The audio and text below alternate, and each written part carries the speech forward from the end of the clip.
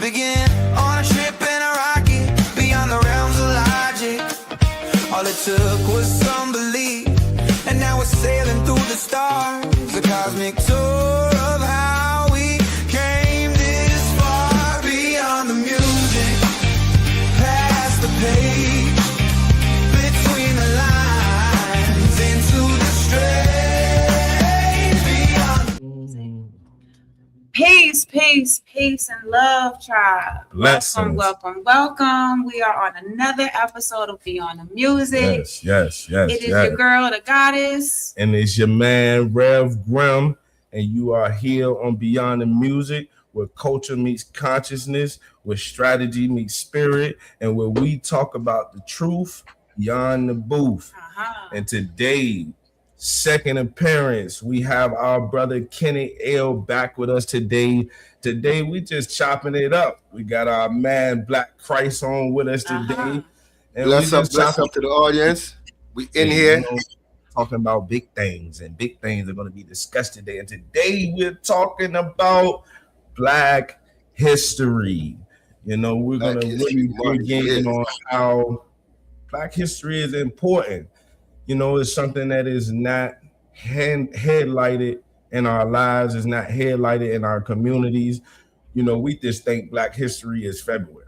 You know, and it's our month of February, but we want to make sure that we are honoring Black history every day beyond, you know, just February. You know, Black history is not just a milestone in life. I think we all agree that Black history is America. I call it Black America. It is without Black America, there is no American history. And we can even talk about down to inventions and things that was created, what was built, even before and after slavery. You know, all these things that was put in place by our people. So we're more than just history. We are the foundation of this whole thing, even down to culture. You look at the culture, you look at everything that's going on in America, even our culture leads in influence, trends. We are the pillar of America. You know, we're the starting pillar. So we're just going to discuss that today. And we really want to kind of dig in deep on how history is important and how it is affecting our communities by not knowing history. Even when I went to school, you know, you love math, you love English, you love science. Most of the time, social studies, it's just that subject that's just like, I really don't want to listen to this. I really don't want to take all these notes. I felt like that. I did good in social studies. I love social studies, but it was nothing but notes and reading. But if I understood then the importance of the history that I was learning, I could have made a lot of less mistakes in life by understanding the person that I am, the heritage that I come from, the bloodline that is born in me, the type of people we come from, other than what has been shown us. You know what I'm saying? So if I knew that in high school, I would have paid attention to what I was reading a little bit more with a little bit more conscious mind.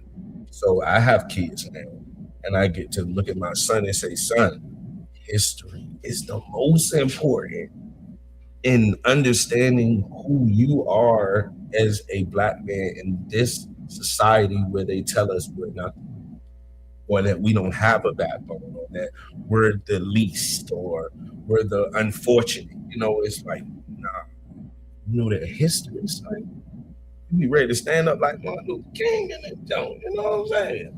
So I'm gonna just kind of let that breathe a little bit. Jizzle, how do you feel about the importance of Black history? Being that we are the blueprint of the world. Yes. There's no history without us. Right. There's really nothing without us. Nothing. So. Right.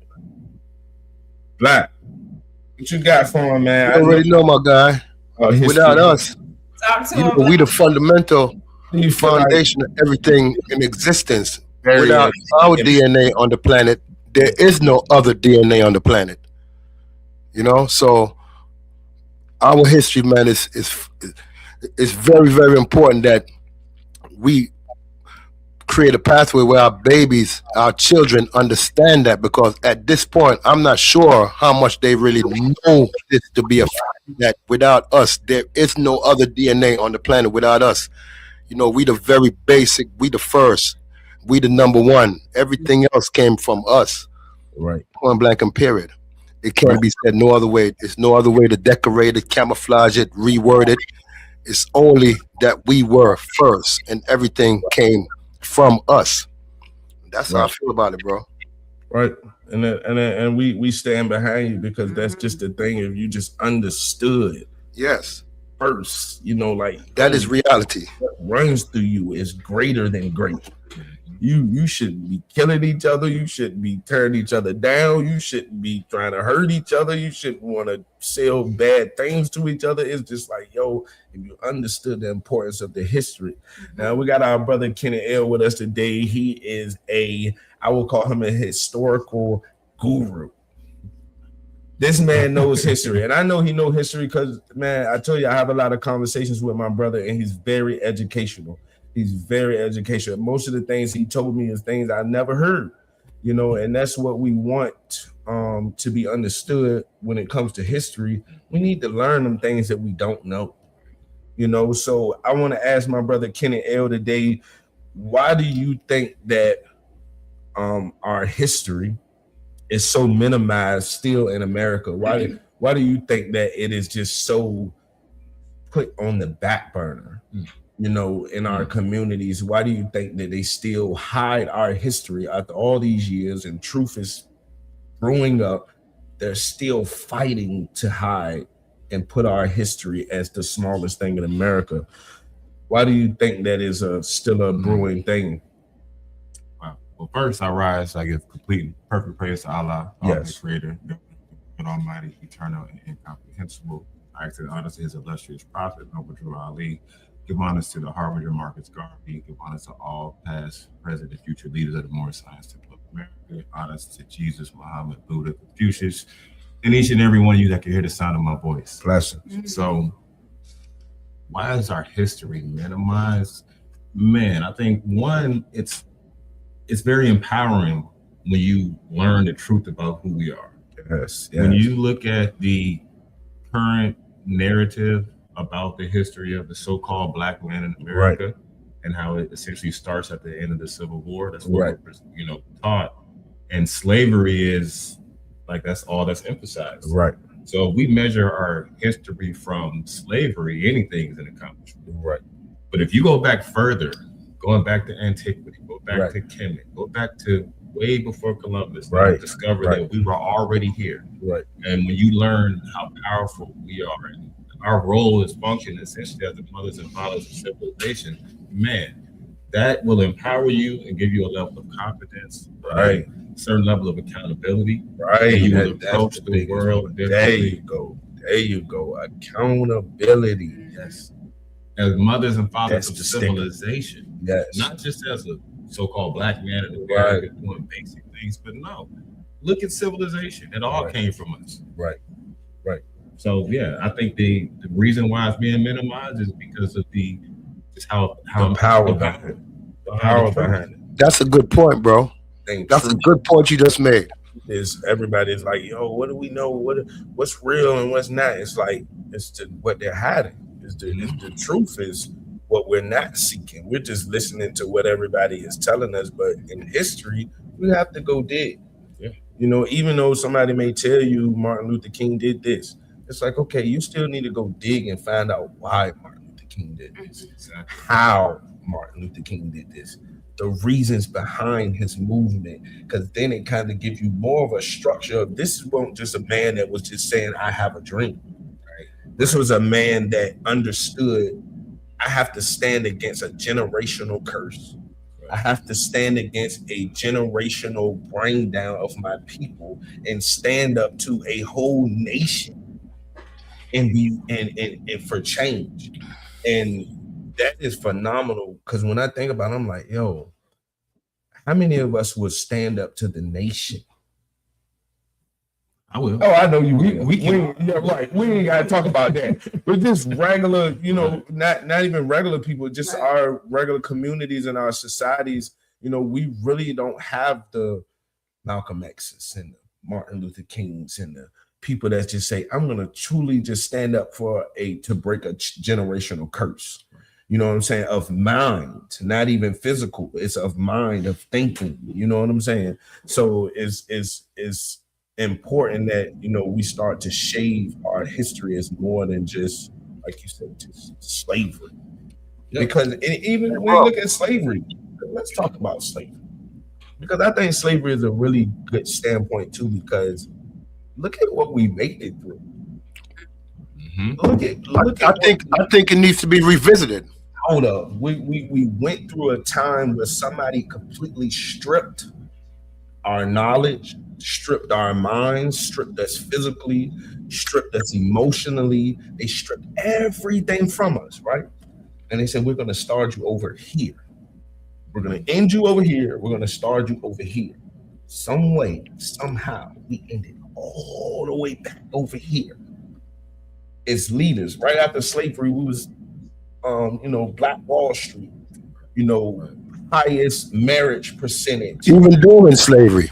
One of these towns being built after a complete strip. Right. After complete strip of knowledge, a set of our people became world leaders. It's like, the understanding of that is deep. You know what I'm saying? It's deep. Sure. Yeah. Well, I'm going to quote Martin Luther King Jr. in his famous "I Have a Dream" speech. Okay. He's in the very beginning, 3 minutes in, he said, and I'm paraphrasing, try to get as accurate as I can to quote, but he said, the Negro finds himself languished in the corners of American society and finds himself in exile in his own land. So he said that in the beginning of his speech, and he's speaking about the so-called Negro, the so-called Black man, being in exile in our own land. Yeah. So when you think about that part of slavery, it still exists today, but it's mental. So we have mental slavery to this day, where many of us still use terms, concepts, principles that allude to slavery. Right. And we know slavery's been over with since 1865. Right. So all the terms and everything that alluded to slavery needs to be left in the past. And it's about just properly educating us. And Carter G. Woodson wrote a great book called The Miseducation of the Negro. Carter G. Woodson is the one who started what we know as Black History. Okay. But he, in that book, the Miseducation of the Negro, he really emphasizes how, again, the so-called, notice I'm using the term so-called Black man, so-called Negro, because that's not really our identity. Right. Absolutely not. That's just the common term, which is a misnomer that was pushed on us as a people. Right. So now we use these terms to try to identify ourselves with it, and just in basic English grammar, those are adjectives. Right. So it's improper grammar to try to identify somebody using the terms Negro, Black, and color. Those are adjectives. Right. So there's a lot about our education that we need to go deeper into so we can correct, clarify, clean up, and then move forward with the right knowledge about who we are. Right. And tying back to what I said earlier around being accountable, if we really go back deep into history, the first people to ever enslave anybody was the so-called Black man. So now let's be accountable. We talk for slavery. Now we talking if real we talk. be real, and was it slavery at that time though? That's right. We are the mothers and fathers of civilization. Okay. That means slavery came from us. We did that first. Yeah, we got to be accountable for the good, and the ugly. Right. We can't just lean on the part that makes us. Hey, tap me in, man. And we can blame the so-called. What you say to that, Black? I said tap me in when y'all get a chance, because yeah, you're right in that aspect. We did but it was different. That slavery wasn't necessarily with balls and chains. You know what I mean? It was more You know, it was more like agreed slavery. Okay. But yeah, we definitely invented everything that came. You know what I'm saying? So a lot of the exercises that was performed afterwards was stuff that we taught. You know, we taught them how to do, and it came right back into play. Right. You know.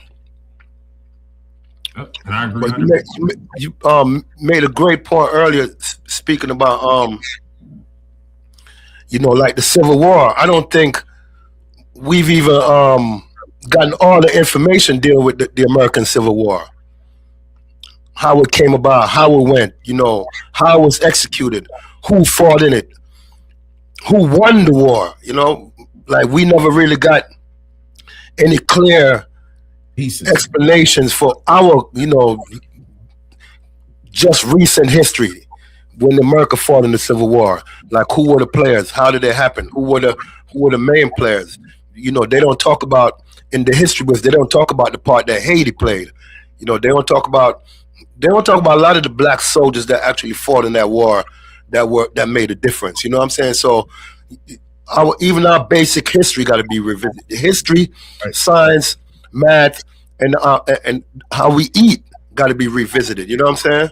Because we've been taught, like you said, brainwashed, literally brainwashed to the point where even as we're waking up today, we're still under that same guise of brainwashing because we at times find ourselves at odds with each other while we're vying to find out who we are individually. You know what I'm saying? So that's why you'll find some of us calling ourselves FBA or African or Jamaican or Haitian or this or that. These are titles. You know, these are titles that keep us divided. Right. Push the So we still have to get back to the core of us. You know, in order for us to find the unity and strength. You know what I'm saying? Not Right. in division, it's strength in numbers. They say anywhere you have a problem, you have to go back to the beginning.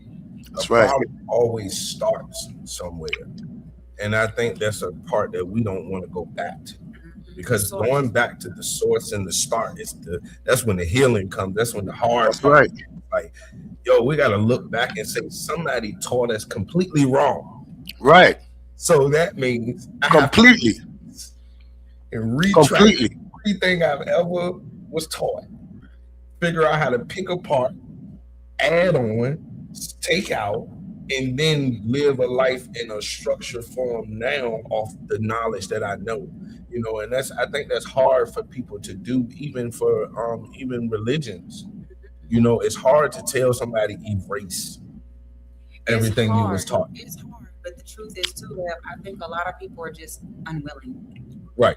Because what they know now is still so comfortable. Mhm. It's Right. more comfortable for people to just walk in the light that we're in now. Oh yeah, we're just lower, and you know, we're just supposed to struggle, and we're just supposed to live like this, and we just gonna take it on the back and keep on moving. And it's like, no, we gotta heal from this. You know, we have to go back to the beginning and say, somebody taught us wrong. Somebody showed us the wrong way. Somebody led us down the wrong path, and now we have to take accountability. Yeah. Hey, we are the reasons of these things too. You know, and Yes. then backtrack and say, only way that I can start anew is to erase the old. Like you say, That's right. we just have to erase the bad part, the ugly part, and make a new part. And if I may, just to share my thoughts around this, is we have to your point, be accountable, and then we suffer from the status of grief. Part of this healing process, we have this victim mentality based off the miseducation around what happened. Oh, for some people, If we own the role of being the first, the original mothers and fathers, everything came from us. All right.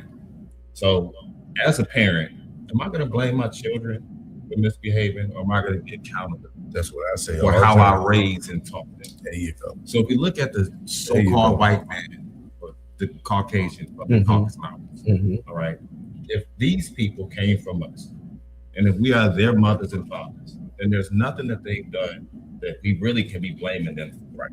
And part of the problem that I believe exists is we have this victim mentality coming from a common term. It's called psychoneurosis, mental slavery. It's from dealing with colonialism for many, many years.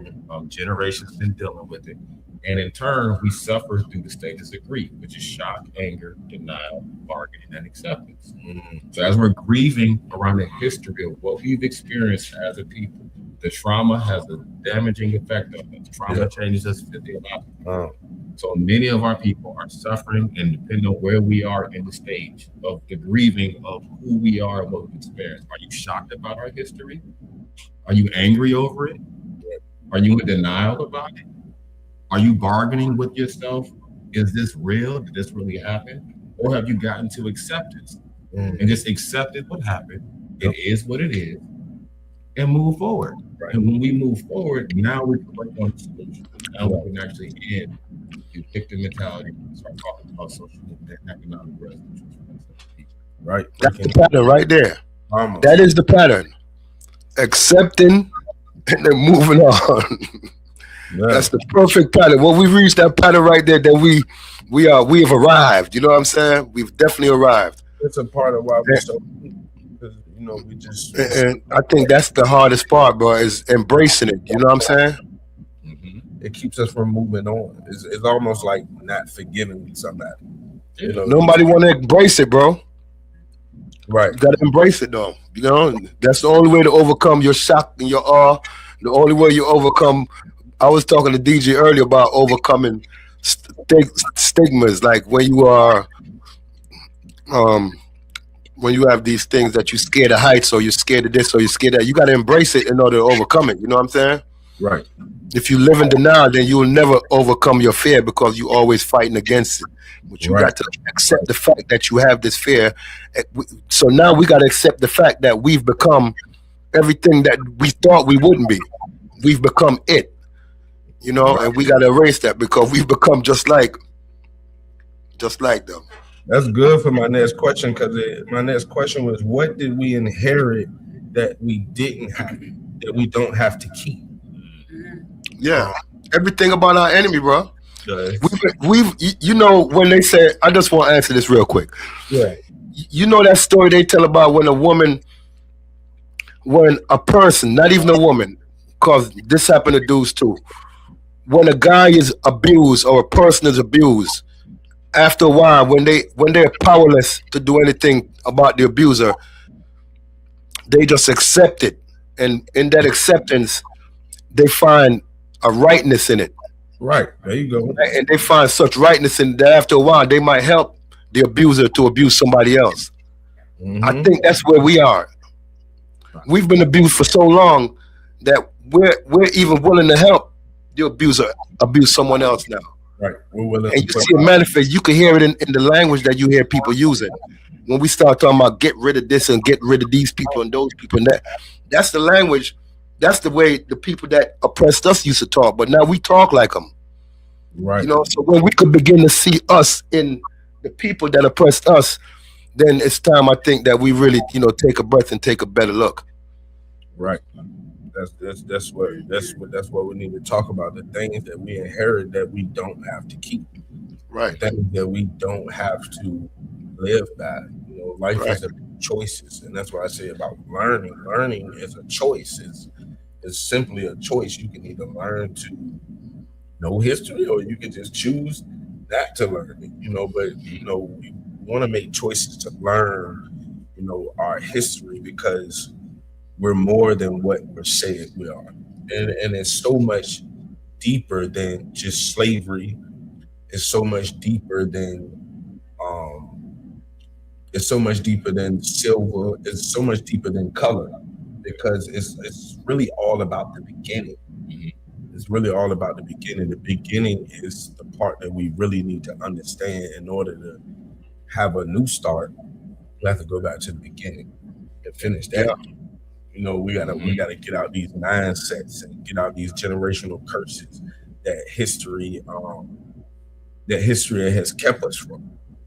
And it's all up to us in our Black communities to start empowering. So let's talk about some ways that people can be empowered and learning, because learning is right now seems like something it's just hard for people to want to grasp. Well, first off, to the brother's point, Black Christ, great point around the Stockholm syndrome.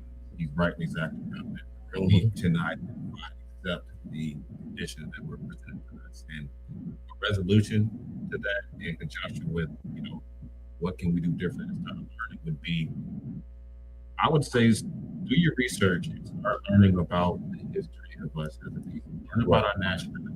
Right. I'm gonna share my story, kind of how I got into learning history. There's a few people I studied. First, there was Malcolm X, but I didn't just learn about Malcolm X, just watching videos. I listened to every Malcolm X speech I could find on YouTube. I studied the dictionary the way he studied the dictionary. Right. But I studied the Black's Law Dictionary. That was the one that I had present at the time. So for nearly a year, I really studied and read the dictionary, the Black's Law Dictionary, like it was a book. That changed my whole language. That's a good one. And I did that because that's what I saw him do in the movie and the documentary. Right. And then I saw how he had later became, proclaimed his nationality as Malik El Shabazz. Then I studied Muhammad Ali or Cassius Clay. Right. Not just as a boxer, but as a speaker. Listen to every Cassius Clay. A great speaker too. Great speaker. And I was like, okay, I paid attention to his language and what he was using. That led me down to learn about, Honorable Elijah Muhammad. Right. Also Robert Courtney, what he did and what he did presented a thought, and that led me to learning about Noble Drew Ali, the founder of the Moorish Science Temple of America. So just in that path, I started studying these guys, learning about what they did, Right. and started practicing it myself. And then once I began, really began to understand it, I did one of the things that Noble Drew Ali actually teaches us to do in the literature, which is that we don't believe that these work, take it to those that know law, the government. Right. So I did it. I took many of these concepts and I presented to the state government that's in place, and they confirmed it was true. And through this journey, I've been to the White House and the Moorish Science Temple of America. When I visited the White House, they gave us a tour to the ground. I visited, experienced Capitol Hill. I've seen a lot of things just from my opinion, getting on the right side of history and again, going out and practicing it. Not speaking radical. I healed myself from niggas and grief and got over the anger and all the resentment that I had. To the point Gotta get over that anger part. I mean, because that's what stops a lot of us. Right. We get angry about what happened. It stops you from learning. It stops you from learning. It stops you from taking it in because your mind's so focused on being mad at it. It blocks everything else. It just blocks everything else. It keeps you from being able to change. It's like you say, in order to see change, you have to actually be the change. Yeah. Actually, just like you said, Reading is fundamental, man. From the very foundation of what you said, it all started with reading. And they say if you want to ask unfortunately, because of the iPhones and this new tech, ain't a lot of reading being done no more. However, that same information is available on the phone. Everything you said, those books you mentioned, they could look it up on the phone, they could pull it up on the phone, and they could do the same research even easier because the books have been basically laid out for them to read. The knowledge is there now. The knowledge is there. You just gotta want it. Press it. Like the information has to become something cool again. Right. It was a time when knowledge was cool.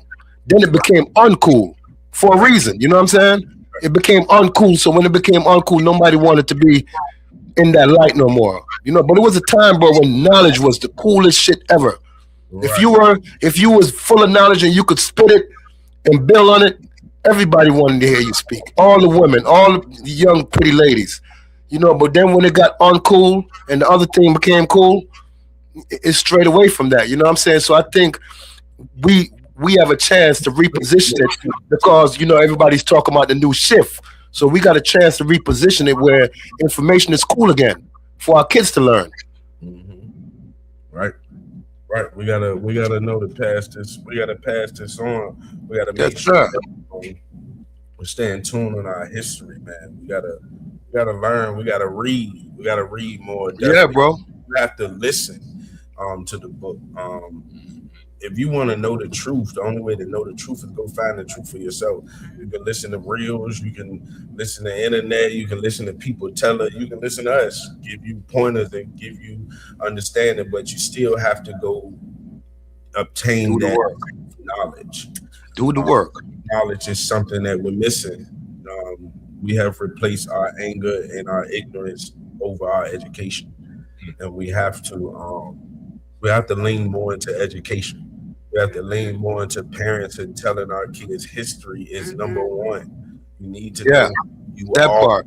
where you come from, And please do what not you're made depend of. on the school system Right. to teach your children. Oh yeah, because then you'll just be Especially when it comes to history. Right. We did not learn real history. no, because you'll just be a 1 month. You'll just know about your people 1 month out of the whole entire Yeah, year. we learned their version. Right. And so we have to be mindful that we're at home with our kids, teaching them the history of your people, because so many of our young Black kids are just walking around killing each other, taking each other out, crashing out, and all these things because the lack of knowledge of Simply who because they don't are. know. They just don't know who they are. And I say that a lot because I'm a youth leader in the streets of Norfolk, and I see this a lot. And it be the main thing I tell the brothers. I'm like, yo, you will want to put that gun down if you understood the bloodline that's standing across from you. Right. If you understood somebody fought with a gun so you could even have the gun.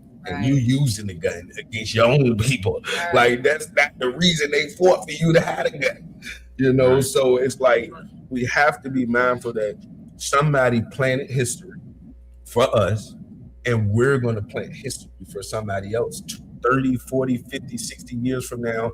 Everything we have done in this time is going to be somebody's history. Yeah. We have to make a stand. We have to learn. We got to, right. I like what you just said, Rev. We got to create a space where we are leaving our mark, man. Right. Like, it's our time. Come on, man. What is this? Yes. This era right here has to represent, that it was an era that, and in that era, this changed. Exactly. In this era right here, this happened. Exactly. We got to leave that mark, man. I agree with you on that. I appreciate that. And we about to go into a break. When we come back from our break, we'll be going into our financial advisory. Again, beyond the music, this is an episode where we're talking about the importance of history. We need our people to learn about our history, learn who you are, know who you are, because it's the whole balance of who you will be in the world. Hey, could I add one thing to that when you finish, bro? Say it again. I want to add one final note. On a final note, this is just something for the listening ears. Historically speaking, in I think 1995, Omar Gaddafi offered Black America, us here in America, I think $5 billion. He was denied by the American government, of course, because they don't want us to have nothing, right? Just day before yesterday, they killed Gaddafi's son in his home.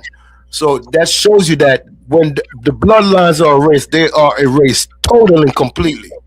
Right. Never you believe that it's anything other than that. They will erase you if they can. Right. So they're erasing our history. We have to rewrite it. Mm-hmm. And right. we'll get y'all back. That's right. On Beyond the Music. We out.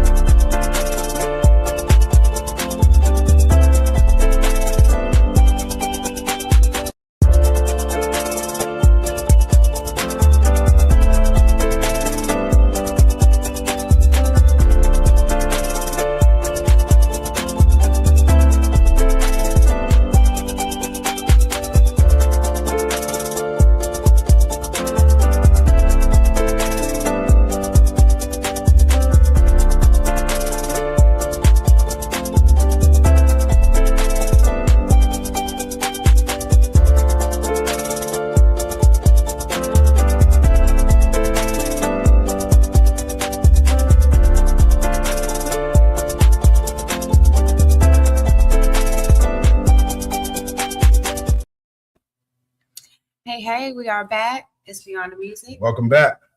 I hope you guys have been enjoying our segment talking about the importance of history. Yes.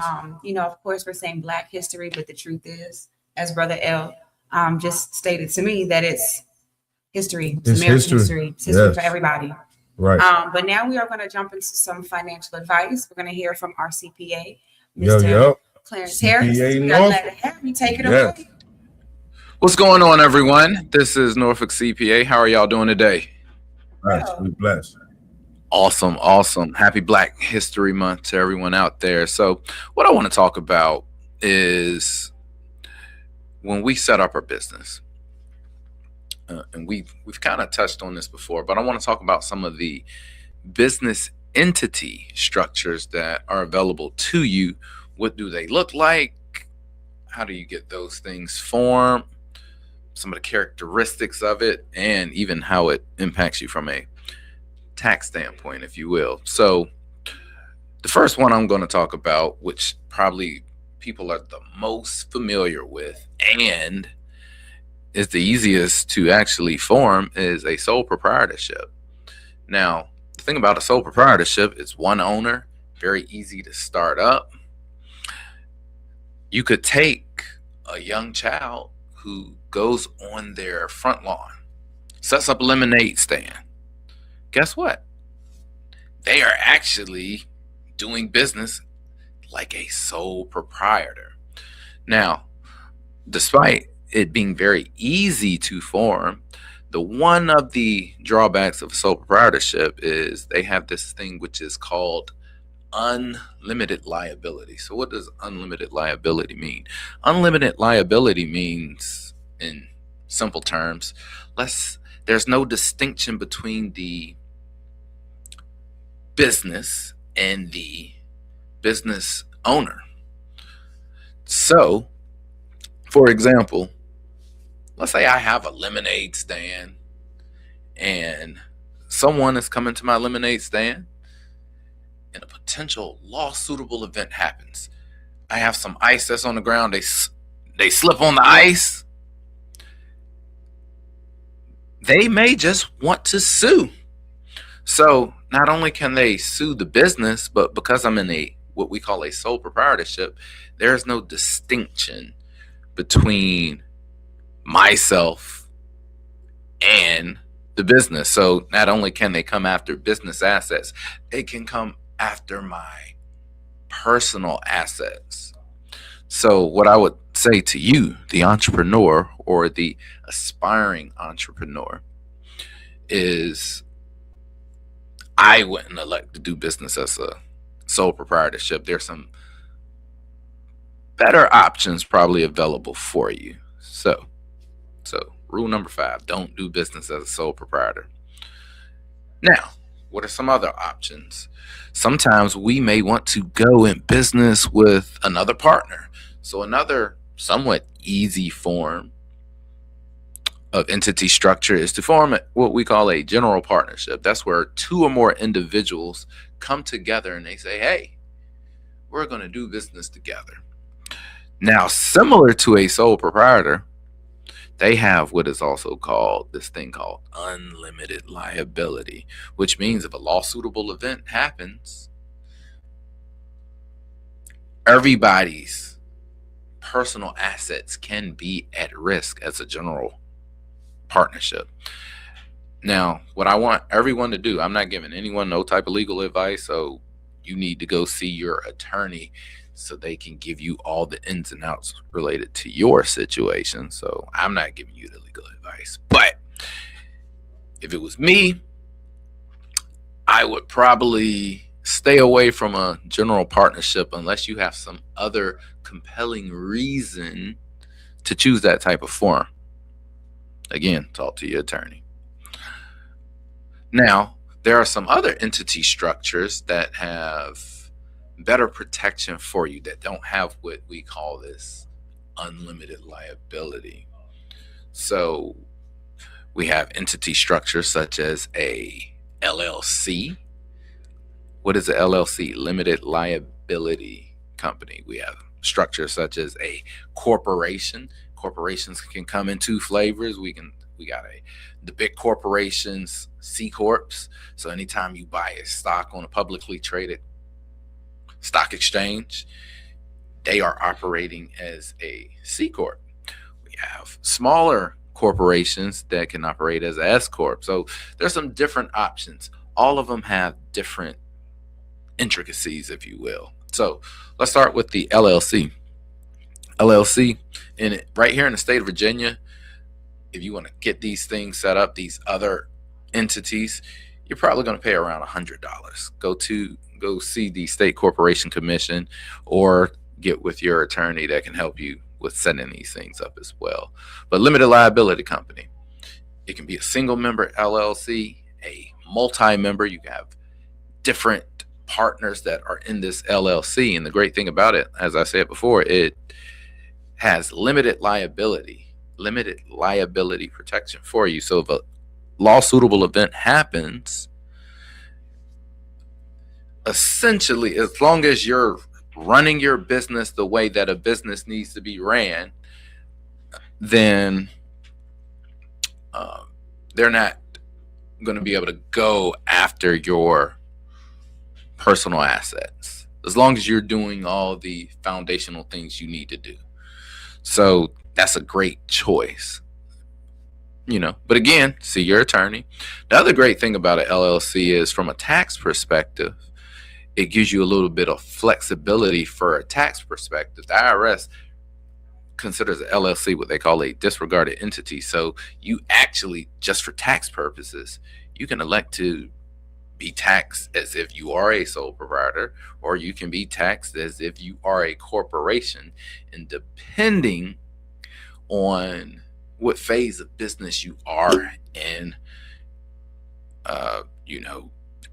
will dictate, hey, I want to be taxed like a sole prop. I want to be taxed like a corporation. That's something I would recommend that you talk to your CPA, or your CPA and attorney together. So as an entrepreneur, you got to have the right team on your side. And I like to say you should have your climb team, your CPA, lawyer, insurance professional, marketing professional, and your banker. So make sure you get the right advisors that can assist you with these things. So we talked about possibly an LLC, why that can be advantageous. Corporations, you may be someone who wants to attract a lot of other investors. So maybe a C corporation would be a good choice for you. It also gives you what we call limited liability protection. Now, there are some other intricacies that you have to look out for. So there's a lot of other requirements, documentation, adherence to certain guidelines. So it's not going to be easy to run these things, but if you're in business and you surround yourself with the right team, you'll be able to manage these things. So in closing, as an entrepreneur, and we're taking our business seriously, Norfolk CPA personally, I'm saying, hey, we don't operate as a sole prop. That's my Rule 5 in my upcoming book, 10 Rules for Entering the Business Startup Game. Rule 5, don't do business as a sole proprietor. So with that being said, happy Black History Month to all my entrepreneurs out here in the great state of Virginia and the 757 Norfolk CPA. Signing out. All right. Power to the people. Welcome back. Welcome back to Beyond the Music. And thank you, brother CPA Norfolk. He just gave us some financial advice, business advice. We always need that, man. That's right. Just like we talked about last episode, our financial health. He is here to give us some financial health tips. So y'all make sure y'all always stay in tune into more than just the interview, but for our geopolitics and our financial advisory. And soon we'll be having a fitness and wellness segment too. Our brother Kenneth L will be producing that. and we'll let y'all know when that's coming up. But we've had a great episode with Kenny L. We're gonna let him leave us out on some remarks on the importance of history. Wow. Well, what I would say is first, dig deep. Okay, take your time, do some research, and understand that it's very, very important to learn who we are as a people. Yes. And learn to love instead of hate, especially as you're going through the process. Because there's gonna be some moments where you learn about some things that happen in history that may cause some anger, may cause some frustration. But let's not argue about it. And let's respect our differences, the cultural differences. But I have to just say this is that the concept of Black history and so-called Black people is unique to us in America. We're the only people on the face of the earth who claim this title. And we're the only people on the face of this earth who actually believe that our history is only a month long. We need to know that, look, Black history or so-called Black history is American history. It's everything. It is the history of the world. It is the history of the American people. And if you go to the original definition of the American people, we're the copper tone people that were found here in America when Christopher Columbus came here. We came before Columbus, and it's important that we just learn to love instead of hate. And let's get, learn the truth and learn from all the groups. Truth. So that's my unity. Learn from groups. He said learn from groups. Everybody. That means learn from everybody. And the only way that we can understand somebody else's walk if we learn from them too. As a part of the unity, as a part of community, that we learn each other, we stick together, figure out our differences, problems, and come up with solutions and chain breakers. We're here to break generational curses, not make them. So let's keep that in mind, that our history is the most important part of where we stand and where we're going. And we're going to be somebody's history one day, so we got to write it over. Yeah. And last thing I want to say. Yes, sir. If you don't listen to anything else that I say, at least proclaim your nationality. Nationality is the order of the day. Okay. Please study and learn about Noble Drew Ali, what he brought, what he taught, and learn about the Harbinger of Marcus Mosiah Garvey. Well, peace. You heard it best, Kenny L. Goddess, you got something for him to end them out? Stay in love and light and love each other. Young men, young women, your brothers are not your enemy. Your sisters are not your competition. We are all in the same sinking ship together. Yes. So I think the greatest thing that we can do is support each other, encourage each other, and love one another genuinely and unconditionally. That's all I got to say. And you heard it best. Beyond the music, another episode where we highlight community crusaders, where we talk about topics that's not usually talked about amongst our community, where we talk about truth beyond the booth, where culture meets consciousness and spiritual meets strategy. So y'all make sure y'all stay tuned for our next episode. We're going to have some great guests this month coming up. It's going to be dope, man. And y'all make sure y'all stay tuned in to Beyond the Music. I'm Rev Graham. I'm the Goddess. Y'all stay well and blessed and healthy until next time. Family, blessings. Peace.